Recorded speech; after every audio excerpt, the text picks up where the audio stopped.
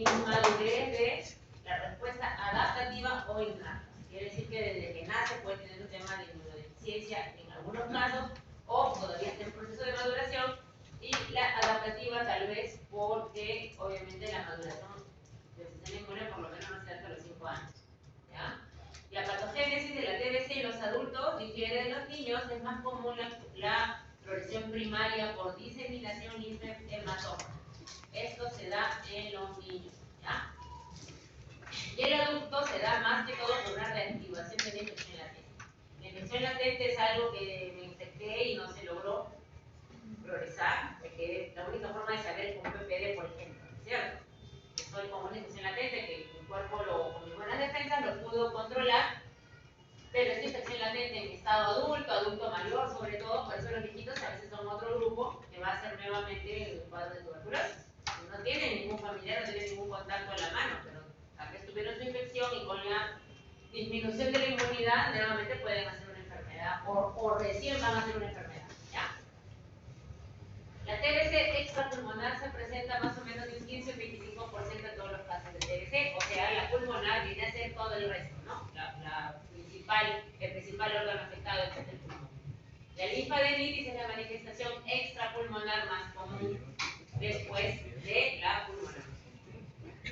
Este es un cuadro que nos puede resumir todo lo que es la patogenia, ¿ya? Primo infección de TBC, la primera vez que yo tengo contacto con el beta. Esto también va a tener estadio. Si mi cuerpo lo logra controlar, se queda como una infección inactiva. Ahí quedó, TBC latente. Activa, no evolutiva, complejo primario. Estamos en ese proceso antes de llegar al campo. ¿Ya? Y activa evolutiva. Desde que me infecté, pueden pasar 8 semanas a más para yo desarrollar la tuberculosis. Ya, netamente se llama forma activa. Todas estas son inactivas. ¿Ya? Esta es activa pero no evolutiva. ¿Qué quiere decir esto? Que acá ya en la enfermedad puedo tener pulmón, extrapulmón y multisistémica. Y la otra forma es, ya pasé esto, ya estuve infectado, pero nuevamente en mi etapa adulta tengo un vecino, mi mamá, mi papá o mi hijo está con tuberculosis y me vuelvo enfermo. Eso quiere decir reinfección. Tenga o no tenga esto. Endógena, porque sí tengo esto y mis defensas bajaron, y exógena sí me contagió mi vecino. ¿Ya? Este es un resumen de las formas como hay las patogénesis. La patogénesis se va a dar por la inmunidad innata, que es la respuesta de mi microorganismo, los natural killers, los macrófagos, y la adaptativa también tiene que ver, pero digamos que son otras técnicas. ¿Ya? Se va a formar el granuloma, ¿no? Que es la primera respuesta desde que el organismo, desde que el microorganismo ingresa a nuestro organismo. Y el resultado de ambas me va a dar mi respuesta inmune. Entonces ingresa el bacilo al alveolo por vía aérea, lo que todos sabemos, ¿no es cierto? Una persona me tose y ni bien yo me aspiro ese micobacterio, se va a dar toda esta cascada de inmunidad. Entonces el macrófago va a haber una fagocitosis, se intenta eliminar el bacilo, libera citoquinas y una serie de mecanismos intracelulares. Por eso las citoquinas son importantes porque son las mediadoras también de lo que son las pruebas que hacemos como los IGRAS o el PPD. ¿Ya? Todo esto son respuestas inmunológicas que vamos a verlas con pruebas inmunológicas. La bacteria fagocitada ingresa en la circulación sanguínea. ¿Ya? Se le pasó a alguien por ahí, ya se metió en la linfa y llega al nódulo linfático y así progresivamente va avanzando en cada paciente, en cada persona. El nódulo iliar pulmonar es presentado a las células T no diferenciadas, va a haber una proliferación, una hipersensibilidad retardada y que empieza también con la infección primaria, por eso los ganglios mediastinales son los primeros que van a dar esta respuesta. Por eso de ahí que por vecindad el pulmón es el más letal, ¿no? Posteriormente se activa en la CD4, la respuesta ya adaptativa, y todo eso se traduciría como yo me entero de que está pasando esto como un PPD positivo. Quiere decir que mi cuerpo respondió y ya tiene memoria y la infección o el BK está en mi cuerpo, ¿no? Soy portador de esto.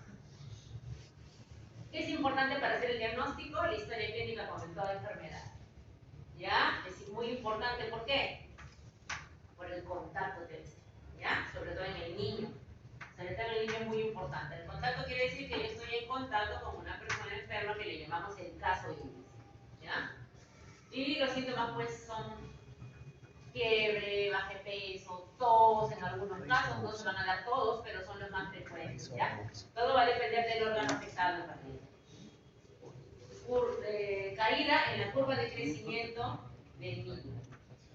Antecedentes familiares, bueno, desglosando lo anterior, caso índice, tengo que saber quién es, qué tan frecuente es. Si me dicen es el tío lejano, el tío abuelo que vive en Iquitos y que vino una vez hace 5 años, y mi hijito tiene 2 años, tiene nada que ver, ¿no? Entonces hay que desglosar esa cosa porque nos ha pasado. El niño es un contacto tuberculoso, ¿cómo se asusta? El abuelito que se murió hace 20 años y ni se conocieron, ¿no?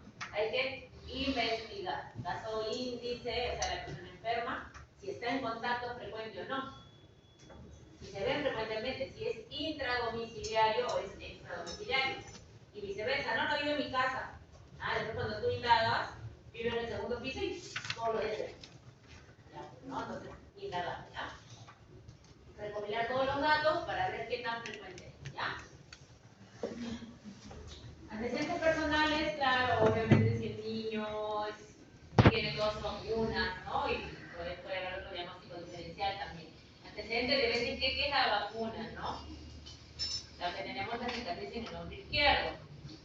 Antecedentes de antecedentes de TBC anterior y una realización anterior de PPD, ¿ya? Y si recibió algún tratamiento como quimioprofilaxis es importante también.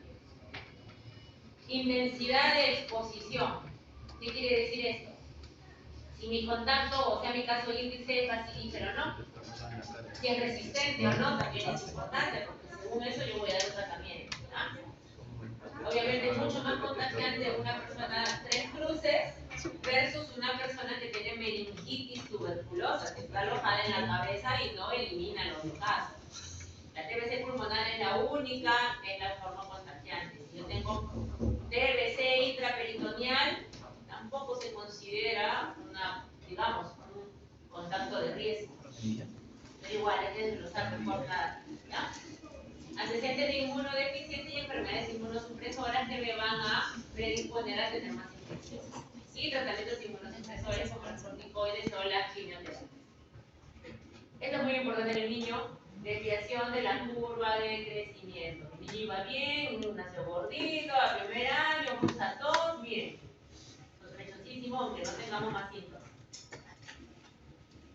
En nuestra realidad, eso es más que todo en la realidad como nosotros en países en desarrollo con alta carga de tuberculosis. La exploración física, bueno, van a ser también de acuerdo al órgano afectado, ¿ya? Los estadios de exposición y de infección latente son inexistentes. ¿Qué quiere decir? Que no voy a encontrar ningún síntoma y signo en una infección o TBC latente. Al inicio, en la primoinfección, cuando recién entra el microbio en grandes cantidades, puede haber el sistema nodoso, la conjuntivitis flictenular. Esto está descrito más que todo en libros. Creo que ya desde los 15 años que tengo neumóloga, he visto solo un caso. O sea, no lo van a buscar, eso lo pueden ver ustedes en la literatura, pero bien difícil poderlo ver, ¿ya?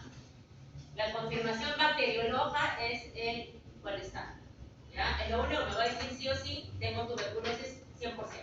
Doctor, ¿usted está segura de que mi hijo tiene tuberculosis 100%? No, porque la mayoría de niños no se sale. Si le salió en buena hora, le puedo decir, sí señor, estoy segura 100%. Pero si no, entonces no está segura. No, pues, pero no solamente es la única forma de hacer el diagnóstico. Hay muchas otras herramientas con las que vamos a hacer el estudio, ¿ya? Pero yo digo gol estándar. Si usted le pregunta, ¿cuál es el gol estándar para el diagnóstico 100% seguro? Solamente va a ser el hallazgo bacteriológico, en este caso es el cultivo o la anatomía patológica, ¿ya? El resultado requiere varias semanas o meses de cultivos o cultivo. Sensibilidad de baja en los cultivos y depende de la forma de presentación pulmonar y intrapulmonar. Si la TB es intrapulmonar, bien difícil encontrar el diagnóstico, ¿ya? Los niños mayores de 6 años y adolescentes ya pueden expectorar y entonces ahí podemos, por ejemplo, hacer escudos y tusidos. En los que no pueden expectorar, aspirado gástrico. Meter una sonda en ayunas, se saca una muestrita de todo lo que se trabó de la flema, digamos que durante la noche, durante 8 horas, y eso lo mandamos como si fuera un proceso, ¿ya? de descripciones del jugo gástrico, se tiene que recuperar, la sensibilidad, perdón, es del cultivo y oscila entre 30 y 40%. El cultivo tiene muy baja sensibilidad para el tiempo, ¿ya? El lavado bronquial, lo que se hace como una broncoscopía, también presenta baja sensibilidad, pero puede obviamente tener un diagnóstico. Ahora, con las pruebas nuevas de sensibilidad, que son pruebas moleculares, que vamos a mencionarlas después, la sensibilidad ha aumentado mucho más que solamente con el protis y el cultivo en medios tradicionales que eran, ¿ya?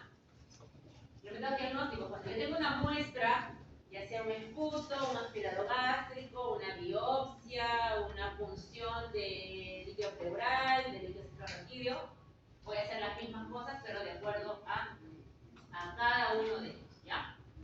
Pero generalmente tenemos que hacer todo lo que nos puede alcanzar una muestra. El protis es el más conocido, ¿no es cierto? Si me va a decir si tiene una cruz, dos cruces o bar, ¿no? Los cultivos se pueden clasificar en sólidos, los tradicionales, la Westminster o Bitterproof, o los líquidos, el BACTE o el ENGIE, ¿no? También llamado ahora MGIT, ENGIE. Entonces ustedes van a escuchar eso, son los cultivos también, pero son medio líquidos. Su ventaja es que salen mucho más rápido que estos, son mucho más rápidos, ¿ya? Y los métodos nuevos son los fenotípicos o moleculares. Ahí están el ExpertTV, que nos da sensibilidad a rifampicina, y el famoso genotype o sonda lineal, que me va a dar la sensibilidad no solo a rifa, me va a dar también a isoniazida. Pero a la vez cada uno de estos tiene sus indicaciones. ¿Ya? Una vez que un niño ha sido diagnosticado de TBC, ya sea confirmada con BKA positivo o probable, eso quiere decir que tú tienes todas tus pruebas diagnósticas, pero no tienes el BKA positivo, entonces se llama probable. Debe iniciarse un tratamiento temprano y empírico. Esto es la norma en pediatría. ¿Ya? ¿Por qué? Porque la mayoría de veces no vamos a encontrar un BKA positivo o una muestra positiva. Y si nosotros solamente vamos a tratar a todos los BKA positivos, puede haber mucho hueco o muchos diagnósticos faltantes, ¿no? Y el niño no te va a esperar si está convulsionando, si está con una meningitis, se va a morir. Entonces, tienes que empezar tratamiento empírico si tú no tienes otro diagnóstico que se le acerque o es una probabilidad diagnóstica. ¿Ya? Tratamiento, todos lo conocen, ¿no? Si el diagnóstico salió de una TS sensible, el famoso esquema 1, ahora se llama esquema sensible, isoniazida, rifampicina, tabutol y piracinamida diario por 2 meses, una primera fase, luego isoniazida, rifampicina, 3 veces por semana, 4 meses en la segunda fase. Se divide en 2 fases, pero esto también va a variar el tiempo de acuerdo a la evolución del paciente o del médico que esté a cargo, un neumólogo o algún médico que esté a cargo del programa en los centros de salud de periferia. A veces no hay neumólogos, tiene que llevarlo al médico que está pues haciendo el serum o el médico que está encargado del centro de salud. ¿Ya? Entonces, eso que les voy a pedir que revisen la norma técnica nacional de tuberculosis. ¿Ya? Supongamos que ustedes, son de 6º año, ¿verdad? Van a hacer un acá un tiempito. Van a estar de repente en un lugar aislado. Digo, ¿qué hago? ¿Cómo era? ¿Cómo me dijeron? No tengo la clase en la mano, no me acuerdo. Norma técnica nacional de tuberculosis, ojalá tengan su internet, porque de repente internet tiene traten de tener alguna guía, porque ustedes van a hacer cargo de todo lo que llegue ahí. No van a estar ahí, ¿no? Pero seguro que bueno, ahí no va a haber nada. ¿Ya? Puse la de 2018, pero ahora estamos en la de 2023. ¿Ya? Sino que en el 2023 ya no me entró este cuadrito que parece muy didáctico. ¿Ya? Pero las normas se van actualizando cada 5, 6, 8 años dependiendo. ¿Ya? Acá fue lo mismo que he mencionado con las dosis. Ustedes buscan Google Norma Técnica Nacional de Tuberculosis última 2023, ¿qué les va a salir todo eso? Que les voy a poner. Y ahí está la dosis, el tiempo de tratamiento, si tengo TBC meningia, cuánto tiempo, si tengo TBC ósea, si tengo una quimioprofilaxis, si mi paciente es MDR, cuando son XDR, y estamos hablando de otra cosa, porque ya ese sí es manejo del consultor, y eso se va a tener que derivar tal vez a un centro de salud de la jurisdicción donde ustedes estén, ¿ya?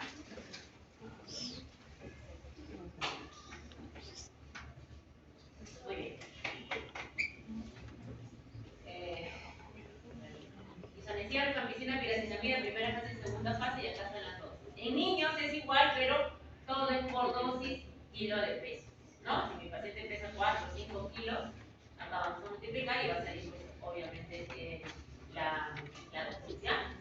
En el 2018 la OMS actualizó más que todas las recomendaciones de tratamiento de los pacientes con resistencia a rifampicina y los MDR, porque eso sí, en los últimos 5 años ha habido una revolución de medicamentos nuevos, ¿ya? De lo que venía 30 años creo que sin actualizar, se ha actualizado más que todo para los que tienen ya resistencia. ¿Alguien sabe lo que es una TBC MDR?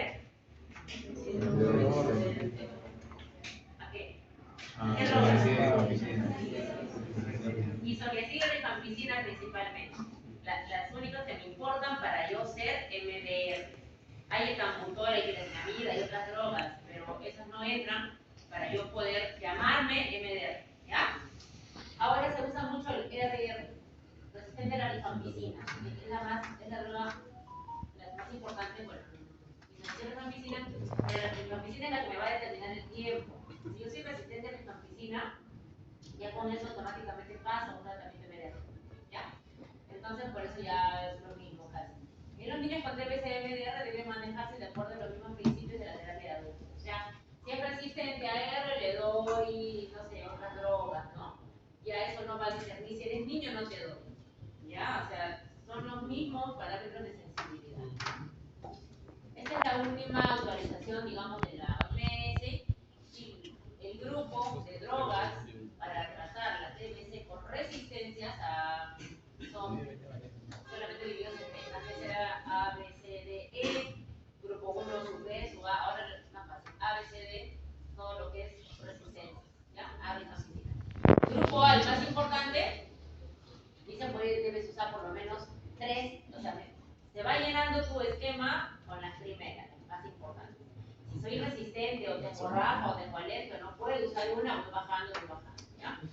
Levofloxacino, moxifloxacino, bedaquilina, linezolida, más importante. Grupo B, clofazimina, cicloserina. C, dixidona, no hay en el país.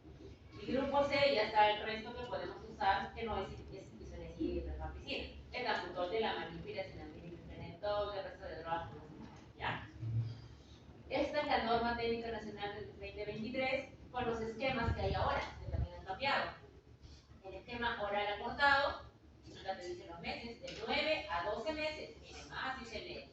9 a 12, pucha, ¿qué es eso? Meses, 9 a 12 meses. Bedaquilina, todo el TBC se usa sí, todo. ¿Ya? Entonces, cuando ustedes a veces a los alumnos les digo, léeme la historia, a ver la última evolución, no entienden nada. CDDQ con LFQ, es horrible.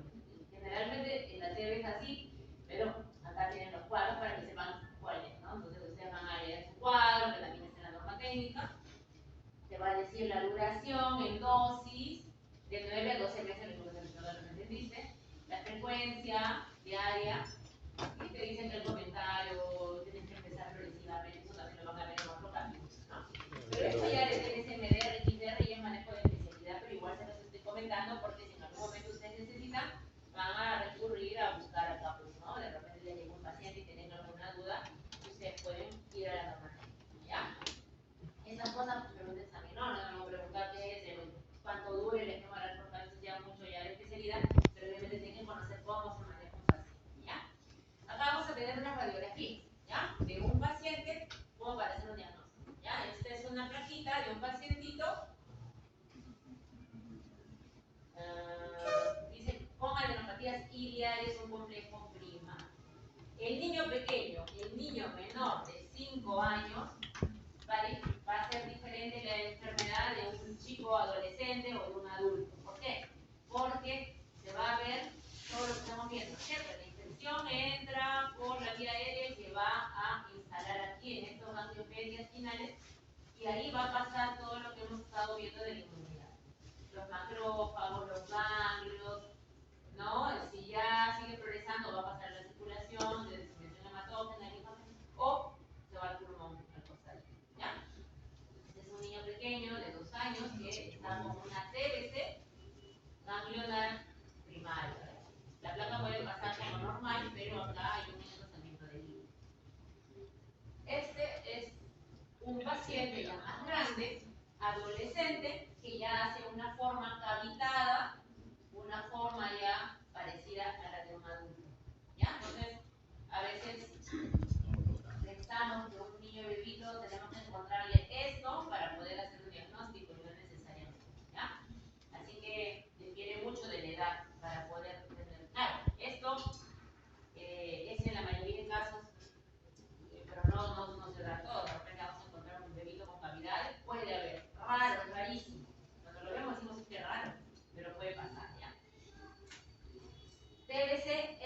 pulmonares.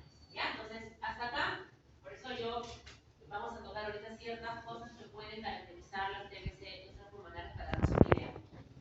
El tratamiento va a ser igual, con las mismas drogas, lo que sí va a variar es el tiempo. Por ejemplo, estos esquemas que hemos visto de 6 meses en la TBC sensible, se van a dar más que todos en las TBC pulmonares, en las TBC ganglionares. Las TBC óseas y las TBC meningia, que vamos a ver después, el tratamiento tiene que ser más largo porque son TBC complicadas y consideradas por formas graves. ¿Ya? Y el tratamiento dura de 1 año más. Vamos a tocar lo que es la TBC pleural.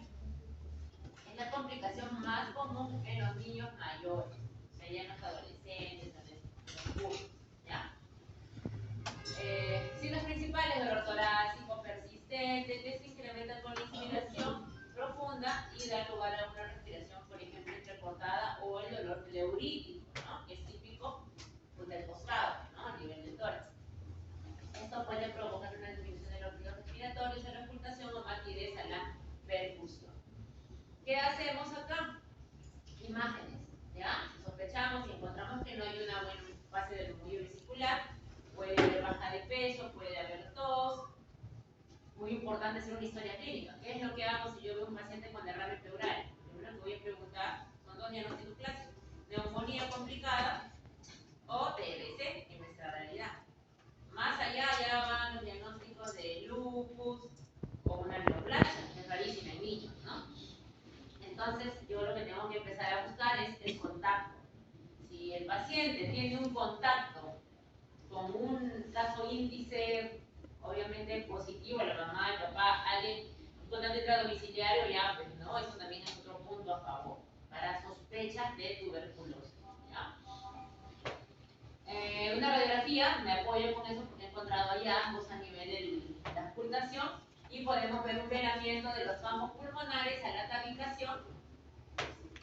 Y la tabicación puede ser signo evidente en el ecógrafo. Entonces, los exámenes: una radiografía de tórax, una ecografía para ver si el líquido está tabicado o no. Si está tabicado, eso me puede decir que generalmente ya tiene mucho tiempo, es un derrame crónico, y como cronicidad puede ser una neumonía aguda, si no nos afecta una TBC. Y suele ser unilateral. Cuando es bilateral, ya sospechamos de otras patologías: ICC, problemas renales, ¿no? Que también puede haber, o lupus o enfermedades autoinmunes, ¿ya? Podemos ver calcificaciones pleurales o engrosamiento de la pleura también, característicamente va para sospechar el TBC pleural. Estos son hallazgos en el examen y en los exámenes auxiliares en el examen físico. Hallazgos parenquimales asociados: 20%, 67% muy amplios. En algunos casos yo puedo tener derrame pleural y aparte cavitaciones, nódulos o consolidaciones. ¿Ya? ¿Puede estar la TBC pleural sola sin estar con TBC pulmonar? Sí. La TBC pleural, la pleura y el pulmón son órganos vecinos, pero más no es lo mismo. ¿Ya? Entonces, tampoco es que no, si no tiene cavidades y tiene derrame pleural no es tuberculosis. No, sí se puede dar. ¿Ya? Nódulo linfático biliar aumentado es un testigo de etiología tuberculosa en la efusión. Bueno, eso más que todo lo vamos a ver, por ejemplo, en una tomografía. Acá hay una radiografía, ¿no? ¿Qué observamos? Hay obturación del ángulo, ¿no? Del ortopédico. Hay un velamiento homogéneo de la pleural, ¿no? Lo que hemos estado hablando. La característica clásica, la curva de Damasov, ¿no? Porque puede ser una telectasia también, pero la telectasia generalmente no tiene esta curva. La telectasia se ve como un velamiento así o así, que puede ser por asma o por neumonía. Acá es muy típico con su curva de Damasov. Entonces, obviamente hay que hacer una punción e intentar sacar líquido para correr exámenes, ¿no? Como el citoquímico o como, pues, en este caso, las pruebas de sensibilidad, que es muy importante. Así yo sepa que el rendimiento en el cultivo es bajo, en un líquido pleural o una muestra extrapulmonar, tengo que intentar obtener una muestra, ¿ya? Entonces, ahora yo tengo un paciente con derrame pleural, generalmente siempre tengo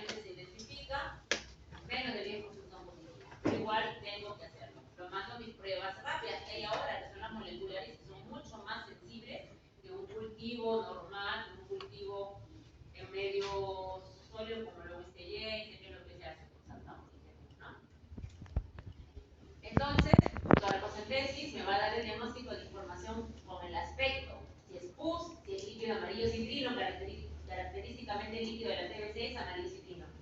La viscosidad y el color. Porque si yo encuentro sangre, de repente, no, pues va para neoplasia, por ejemplo, o para un traumatismo, ¿no? Y otro diagnóstico.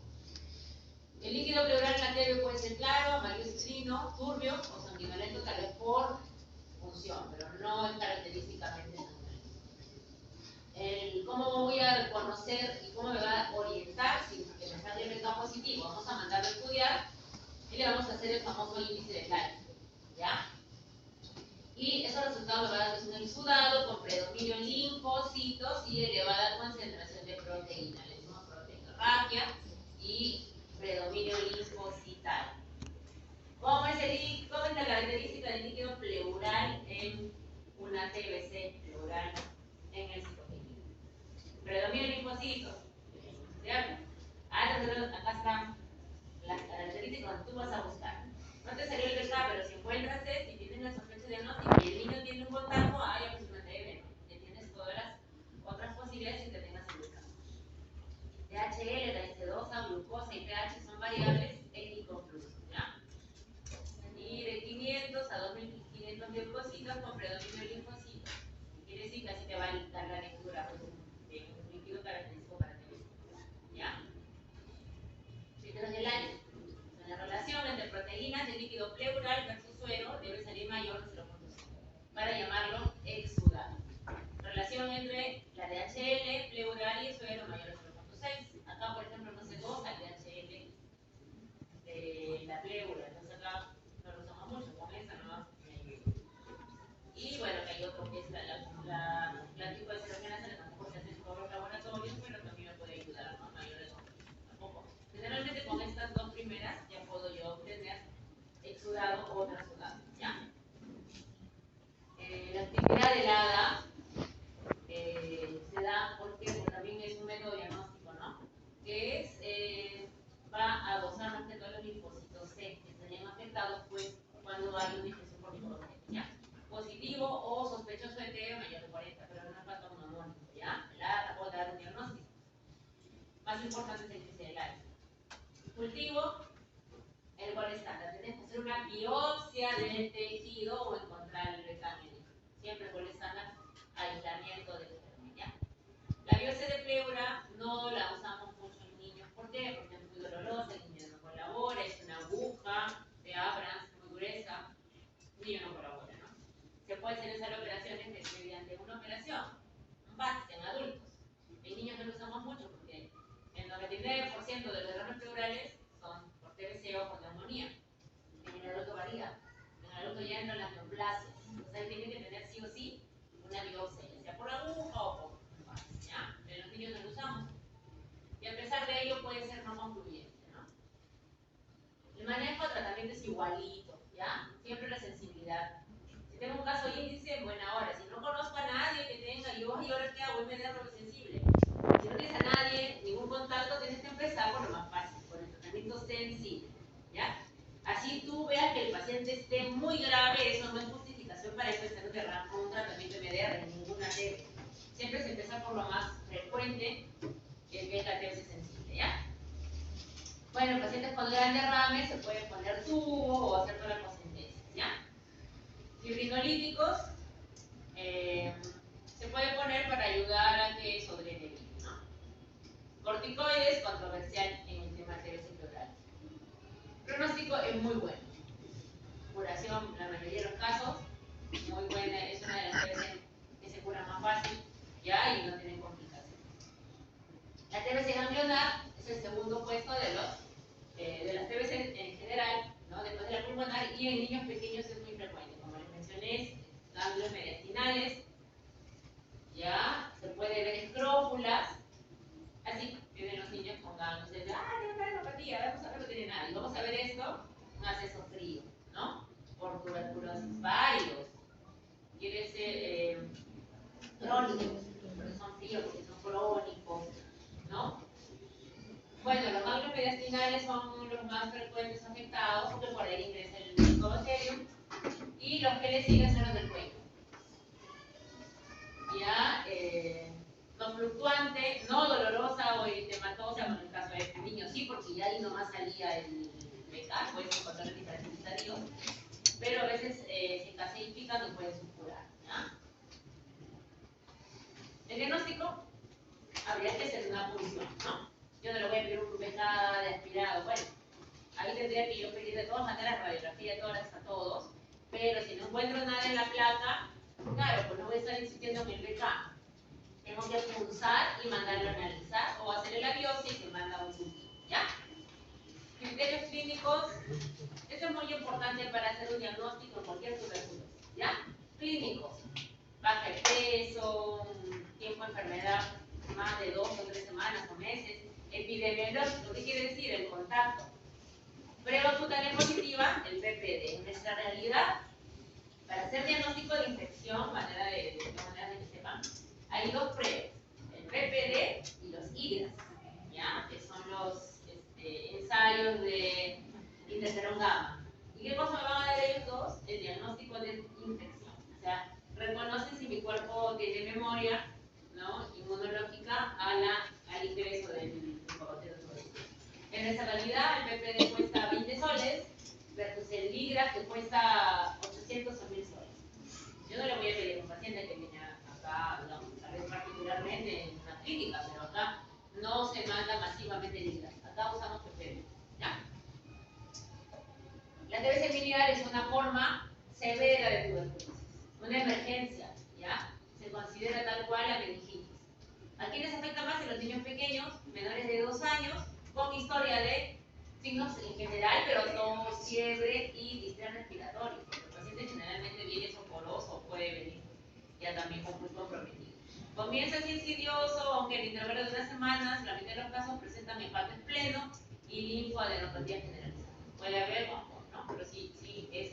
Entonces es importante hacer tal vez una ecografía para ver si se asocia hepatosplenomegalia, si tengo dudas, que sea una TBC biliar. Entre 30 y 50% de niños con TBC biliar tienen también meningitis. ¿Por qué? Porque ya estamos hablando de diseminación hematógena. La TBC biliar no es una TBC en realidad que afecte el pulmón. Lo vemos como una placa. Acá está. No se ve bien, pero es una milla. Puntitos menor de 2 milímetros en toda, digamos, la circulación del parénquima pulmonar. ¿Ya? Se ve a través, pero si yo me hago una radiografía de repente de mi abdomen, también vamos a encontrar eso que se llama los ganglios de Mico, por ejemplo, sino que más visible en una placa es una radiografía. A ver si lo voy a ver. Entonces es como que el diagnóstico que me va a ayudar mucho más para hacer el diagnóstico de TBC miliar es una radiografía. ¿Y por qué se asocia la TBC meningia? Porque ya estamos en una diseminación hematógena y obviamente puede tener confusión. Entonces, el paciente que viene conmigo y hay que descartar TBC meningia y hacerle una función lumbar, ¿ya? Entonces es una tomografía. Si tienes dudas, agarra, si quieres, puedes tener acceso a la tomografía. Se va a confirmar la presencia de nódulos por toda el parénquima pulmonar. No respeta nada, pues es hematoma, ¿ya? Todo, ¿no? TBC meningia es otra de las emergencias. La biliar y la meningia son las formas más graves de tuberculosis, ¿ya? Representa el 1% anual de todos los casos de TBC y su mortalidad es elevada, llegando a ser el 30% en aquellos que reciben un tratamiento OPA, a pesar de ello, ¿ya? El más importante factor que influye en el pronóstico es el diagnóstico precoz y el diagnóstico temprano de por eso les digo, una TBC meningia o una TBC miliar es una emergencia tuberculosa de alguna manera, ¿ya? Entonces, ante la sospecha y el neurólogo te dice, no, esto definitivamente ya tiene más de 2 o 3 semanas, de historia clínica, se llama las meningitis subagudas. Ya uno tiene que empezar, aunque le hagas una torremocentesis, no encuentras nada, le haces una placa, no encuentras nada, pero una de las sospechas es que si a TBC tienes que empezar el tratamiento en vivo, ¿ya? De forma magnética la TBC, sumar criterios epidemiológicos, si hay contacto, le puedes hacer un PPD y sumas, pero si a pesar de ello es tu primera sospecha diagnóstica, tienes que empezar tratamiento aunque no tengas un contacto, igual, ¿ya? Los cultivos son de crecimiento tardío, pueden demorar pues hasta un mes o 2 meses, así que no se debe esperar, ¿ya? Empezamos como ensayo terapéutico en la norma de oro, sobre todo en la meningitis C. otros pacientes adultos también son que tienen mucha afectación, digamos, de una TBC mellitus. ¿Quiénes son el otro grupo de riesgo para hacer TBC mellitus? VIH. En adultos es rarísimo. Si tú encuentras un adulto con meningitis tuberculosa, hay que sospechar en VIH, ¿ya? Es una complicación. ¿Por qué? Por la inmunidad, ¿ya? Entonces, los grandes grupos de presentar TBC mellitus son los niños, pequeños, menores de 5 años, y los adultos con VIH. Yo pongo alguna definición, pero más que no, VIH, ¿ya? Presentación de la meningitis TBC subaguda, más de 7 días. Que cefalea, compromiso de conciencia, siendo irritación meningia, ¿no? Hiponatremia, porque pueden hacer un SIHAT, que es el síndrome alrededor de la hormona antidiurética, ¿no? El SIHAT, que pierde mucho sodio. También podemos hacer un fondo de ojo, se puede apreciar un papiledema, la presencia de tubérculos coroidiosos. Entonces, está indicado un paciente que viene con convulsiones y yo sospecho de meningitis TB a un fondo de ojo, ¿no? A una punción de líquidos también, ¿ya? Puede también haber desorientación y alteraciones del hábito. Cerca del 75% de los pacientes tienen concomitante de TBC en otra localización. Se dice que hasta un 60% de los pacientes con TB puede tener TBC pulmonar. Por eso sí o sí le hago una plan de tórax. Todo paciente con sospecha de TB abdominal, de POT, mal de POT, una placa de tórax, ¿ya? Puede o no haber, pero tienes que hacer porque si encuentras una caverna o una imagen sospechosa, pues ya tienes y te orientas mejor, ¿no? Estos son los grados. A veces van a encontrar a pacientes con TB grado 2, grado 3, ¿no? Etapa 1, etapa 2. Etapa 1 casi no tiene síntomas. El paciente está vigil, orientado normal, pero tal vez tiene una convulsión no hace 2 días o hace 3 días, ¿no? Ya en la etapa 2, si ya son dolencias y signos neurológicos focales, puede venir con déficit de la marcha, puede venir con disartria, con un montón de signos más ya neurológicos. Y ya el paciente cuando viene en coma, estaría prácticamente con una TBC muy severa, obviamente el pronóstico es peor, ¿no? El paciente es muy alta la mortalidad en esta etapa. Ya generalmente ha pasado por lo menos 2 o 3 semanas, nadie se dio cuenta, ¿no? Miren, más de 28 días ya pues poca posibilidad de salvarse, ¿no? La TBC mellitus menos frecuente, pero tiene mucha mortalidad, ¿ya? Y deja secuelas. Acá lo pueden recuperar. La mayoría de estos casos que llegan así son niños que ya se quedan secuelados. Ya no caminan, tipo muerte cerebral, pues, ¿no? Con descerebración incluso, o sea, es una de las peores formas de TBC. ¿Y en quiénes se da más frecuentemente? En los niños, ¿ya? Y hago le hago una punción. De todas maneras, aunque no sepas que no vas a encontrar, porque al igual se da por irritación de la meninge, entonces también el líquido es aséptico, pero igual tengo que mandar un cultivo o una presensibilidad, ¿ya? Y hay que hacer el seguimiento, porque también eso me va a ayudar a ver si está penetrando bien mis medicamentos, si mi paciente tenía proteinorragia y ahora sigue, y el paciente sigue convulsionando, es pronóstico también de la enfermedad, ¿ya? Mínimo 12 meses de tratamiento, ¿ya? Este es un cuadrito para ver la evolución del líquido carotenoide durante el tratamiento. Los leucocitos van a llegar también altos, algo así como líquido pleural también, ¿no?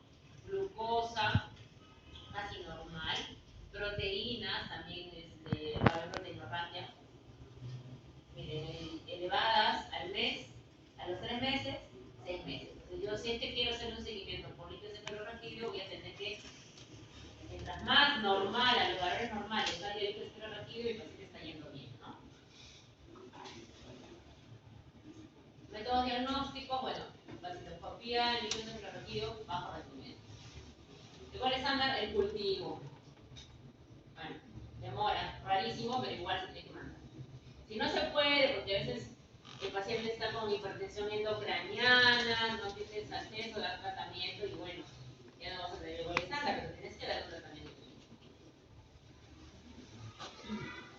Bueno, están hablando que son mucho más sensibles los métodos, digamos,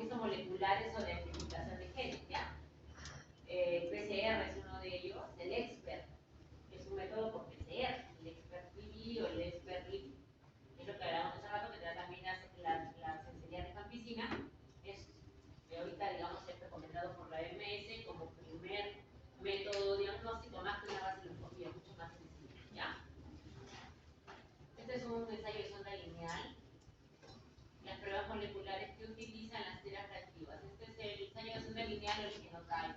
También se puede hacer. Ya es lo mismo, son pruebas ya de cultivo. Son importantes la tomografía y la resonancia cerebral, claro. Más que todo para ver si hay engrosamientos, signos indirectos. Y en algunos casos podemos ver abscesos o tuberculomas. Si vemos eso nos va a ayudar mucho en el diagnóstico. La resonancia es el método de elección, ¿ya? Entonces podemos tener una resonancia. No, eso es tomografía. Acá, ¿ven? Miren. Los tuberculomas. Múltiples tuberculomas. En este caso, se ve. Acá tenemos una resonancia, también hay un tuberculoma. Entonces hay que hacer esto ya, pues el diagnóstico también del neurólogo, ¿no? Porque puede ser un neuropsicosis, ¿no? Y ahí tienen que ver una tumoración, una neoplasia. Y ahí tiene que ser manejo ya de la especialidad. Acá también tenemos, miren, con calcificación. Resonancia magnética con espectroscopía, es la idea. Y te puede decir si es más posibilidad neoplásica o infecciosa como órgano reumático. ¿Ya? Tratamiento es médico, solamente se operan las secuelas. Si tiene hipertensión endocraniana, de repente puede necesitar una válvula, ¿no? Pero el tratamiento en sí es médico. ¿Ya? Esquema sensible 12 meses y CMDR de 18 a 24 meses. ¿Ya? Corticoides, acá sí está indicado. Entonces te van a decir, en una de las. ¿En qué tipo de tuberculosis está indicado el corticoide? En teoría ninguno, solamente en la meningitis C o los granulomas tuberculosos. Ya, en ninguna otra. Tú le puedes poner la pleural y todo, pero eso no está recomendado más que solamente sí en la misteria. Manejo quirúrgico de las complicaciones. La TBC ósea, otro de los casos también, digamos que con más complicaciones, con más secuelas, vamos a tratar de hacerlo más rápido ya. ¿Tienen ustedes, se van a llevar la clase o se toman el foto algo? Sí, ¿no? De repente la clase se la puedo pasar porque ustedes terminan de leer. ¿Ya? Por ejemplo, vamos a acabar la clase, se la pueden leer, ¿ya? Puede detectar a huesos y articulaciones y habitualmente los de mayor gravedad. Vamos a poner un poco, ¿ya? ¿Cuáles? Vértebras, caderas y rodillas más afectadas, ¿ya? También la discriminación hematógena y la más común es la columna. El famoso mal de Pot. ¿Cuál es el famoso mal de Pot? El jorobado, ¿no? El jorobado de edad, eso que tenía tuberculosis, como secuela. Así que esa es la más común. ¿Cuáles son los métodos diagnósticos? También tomografía renal. ¿El gol estándar? La biopsia o hacer fusión a un absceso, si tú ves el que lo encuentro. Acá, pues se motiva. Hay un colapso, hay una ruptura de las vértebras. Miren, así que discusión total, el niño ya viene así o viene paralizado, ¿no? Y ya cuando se ve que son signos característicos de tuberculosis con abscesos, que son los ácidos o los granulomas. Discusión de vértebras. Y hay niños con secuelas que no vamos a ver acá. Acá se ven signos característicos que son abscesos. La abdominal. Paciente que viene afectado por peritoneo, esófago, estómago, yeyuno y león, todos los órganos de nuestra economía, ¿ya? Característicamente vemos nódulos linfáticos mesentéricos. Cualquier órgano intraabdominal, como el hígado, páncreas, pueden ser ocupados por granulomas, ¿ya? Lo más frecuente también ver el peritoneo. El ilion también, ¿por qué? Porque hay abundante nivel de absorción y tejido linfático. Y sabemos que eso se disemina hematógena y forma linfática. Así que el ilion es una parte más afectada. Si tenemos una lesión sospechosa a nivel de ilion, peritoneo con ganglios, con lesiones tipo con calcio, ¿no? Que nos va a informar la tomografía sospechar el tejido. Bueno, la mayoría de los casos es reactivación de un foco pulmonar latente, ¿no? Muy poco se asocia a TBC pulmonar, en este caso el tipo de. Y por contigüidad y la vida de disminución en hematógena, ¿ya? Le hago de todas maneras radiografía de tórax, igual. Le hago ecografía para ver si hay ganglios, ascitis, hacer una punción y mando también a estudiar mi líquido celular. Perdón, peritoneo. Entonces, puedo hacer estudios radiológicos contrastados, a ver si encontramos imágenes como desacabocados y sean características tuberculosas.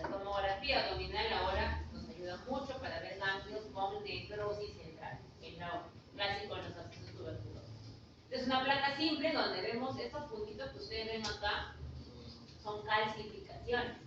O sea, quiere decir que esto ha tenido nódulos linfáticos con calcio y su mismo cuerpo lo ha localizado, ya lo ha, porque está calcificado, quiere decir que mi cuerpo lo logró contener, pero aún así ha venido por alguna obstrucción, seguro, porque son objetos que están dentro de la economía de todo lo que es el intestino, ¿no? Entonces le va a dar problemas.